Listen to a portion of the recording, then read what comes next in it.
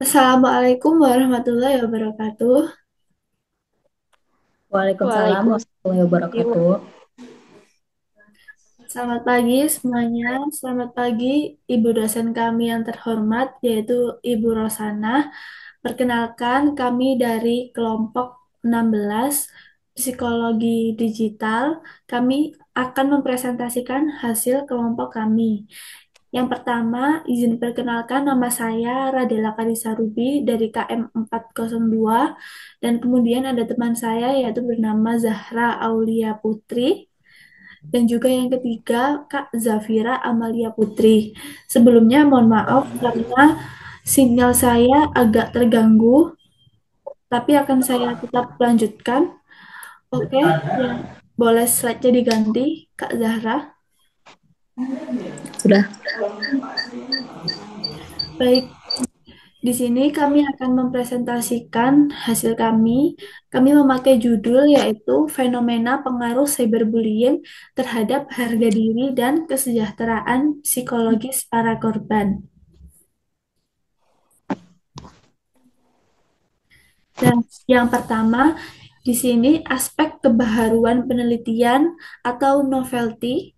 Penelitian ini juga dapat memiliki beberapa aspek kebaharuan tergantung pada fokus spesifik dan metodologi yang diterapkan seperti yang pertama dari konteks budaya dan demografi. Jika penelitian ini dilakukan dalam konteks budaya atau demografi yang belum banyak diteliti terkait cyberbullying dan dampaknya, misalnya populasi remaja yang ada di Indonesia dengan karakteristik sosiokultural tertentu, maka penelitian ini juga akan memberikan kontribusi keilmuan yang baru dan relevan secara lokal. Kemudian bisa dilanjut. Yang kedua, integrasi teori yang lebih komprehensif. Jadi, penelitian ini juga dapat menawarkan kebaharuan dengan mengintegrasikan berbagai teori psikologi yang sangat relevan untuk menjelaskan fenomena cyberbullying dan dampaknya. Misalnya, menggabungkan sebuah teori stres dan coping, teori identitas sosial, dan teori perkembangan untuk memberikan sebuah pemahaman yang lebih holistik. Dan yang ketiga, penggunaan metode penelitian inovatif. Maksudnya di sini penerapan metode penelitian yang inovatif seperti menggunakan big data dari media sosial dengan memperhatikan etika dan privasi di media sosial, kemudian analisis jaringan sosial untuk memahami dinamika bagaimana cyberbullying atau penggunaan teknologi virtual reality untuk mensimulasikan pengalaman cyberbullying dalam konteks penelitian. Ini juga dapat memberikan perspektif baru atau temuan yang unik.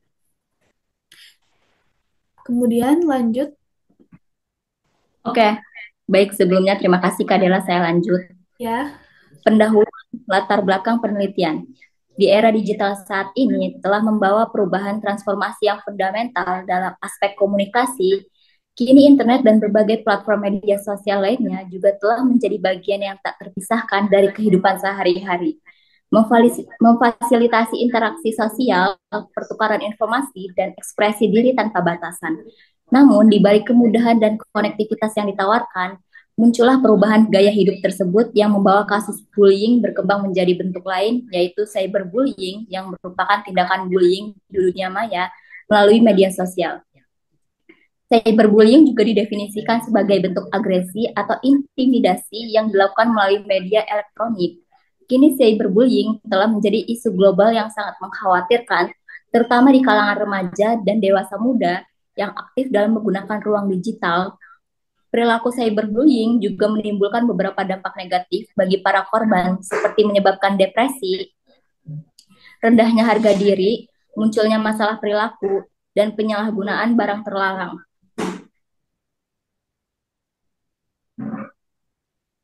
Selanjutnya, hal yang menarik dari judul penelitian, fenomena pengaruh cyberbullying terhadap harga diri dan kesejahteraan psikologis bagi para korban.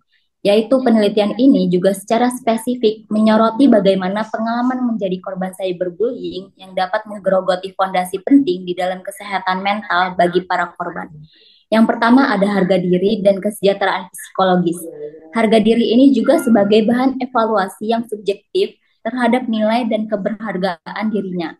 Hal ini juga menjadi rentan terhadap serangan verbal dan psikologis yang terjadi secara berulang dalam cyberbullying. Lanjut, untuk persamaan dan perbedaan dari penelitian dengan penelitian yang kelompok kami lakukan. Yang pertama itu ada dampak cyberbullying terhadap kondisi psikososial remaja. Kondisi psikososial remaja, persamaannya ada sama-sama meneliti dampak cyberbullying pada remaja. Untuk perbedaannya, di sini lebih spesifik pada kondisi psikososial dan berfokus pada lokasi geografis. Untuk aspek kebaharuannya, yang pertama itu berfokus yang lebih mendalam dan tak terpisah pada harga diri dan kesejahteraan psikologis. Yang kedua, membandingkan dampak pada kelompok usia yang lebih luas, ada remaja dan dewasa muda. Yang ketiga, meneliti peran moderator atau mediator seperti dukungan sosial daring dan literasi digital. Yang terakhir ada mempertimbangkan konteks budaya atau sosial yang unik di lokasi peneliti. Selanjutnya akan dijelaskan oleh Kak Zafira. Oke, baik Kak Zahra, terima kasih. Saya lanjut. Boleh di slide-nya? Sudah? Landasan teoretis. 1. Teori pembelajaran sosial. Teori ini yang dikemukakan oleh Albert Bandura menjelaskan bahwa perilaku termasuk cyberbullying dapat dipelajari melalui pengamatan dan peniruan terhadap orang lain. Individu yang menyaksikan atau menjadi pelaku cyberbullying mungkin cenderung meniru perilaku tersebut, baik sebagai pelaku maupun korban. Anak-anak dan remaja yang lebih rentan terhadap pengaruh oleh perilaku cyberbullying yang mereka lihat atau alami, yang pada gilirannya dapat mempengaruhi harga diri dan kesejahteraan psikologis mereka. Kedua, teori komunikasi antar pribadi. Teori ini menekankan pada proses pertukaran pesan antara dua orang atau lebih, serta bagaimana pesan tersebut juga akan mempengaruhi hubungan dan persepsi diri. Boleh dilanjut?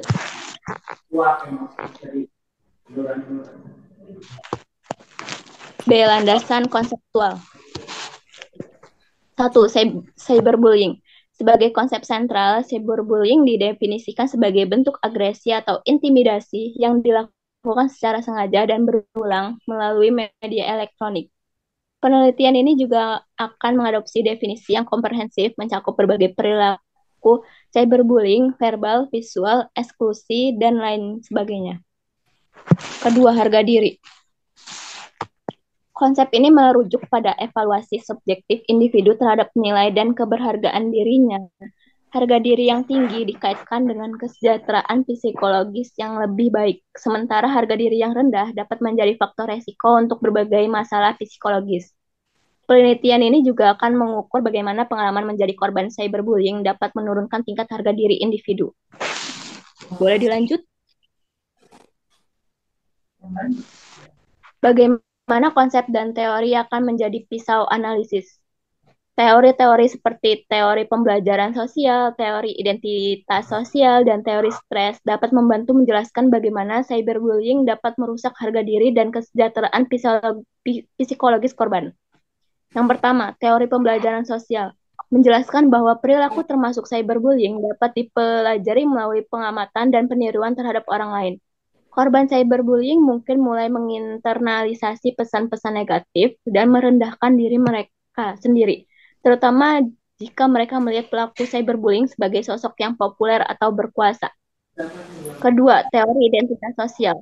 Menyoroti pentingnya identitas sosial dalam pembentukan harga diri, cyberbullying dapat merusak identitas sosial korban, terutama jika mereka menjadi sasaran karena identitas kelompok tertentu, misalnya ras, agama, orientasi seksual, perasaan terasing, diskriminasi, dan ditolak dapat merusak harga diri dan kesejahteraan psikologis korban. Ketiga, teori stres. Menjelaskan bagaimana peristiwa traumatis seperti cyberbullying dapat menyebabkan stres dan masalah kesehatan mental. Korban cyberbullying mungkin mengalami kecemasan, depresi, dan bahkan masalah kesehatan mental lainnya sebagai akibat dari stres yang berkepanjangan. Selain itu, konsep-konsep seperti penerimaan sosial, harga diri, dan kesejahteraan psikologis dapat digunakan untuk menganalisis dampak cyberbullying, Cyberbullying dapat menyebabkan korban merasa ditolak oleh teman sebaya, mengalami penurunan harga diri, dan mengalami penurunan kesejahteraan psikologis secara keseluruhan. Oke, sekian. Terima kasih. Baik, terima kasih untuk Kak Zahra dan juga Kak Zafira yang sudah menyampaikan. Berikut adalah hasil dari wawancara maaf, hasil dari presentasi kami bertiga.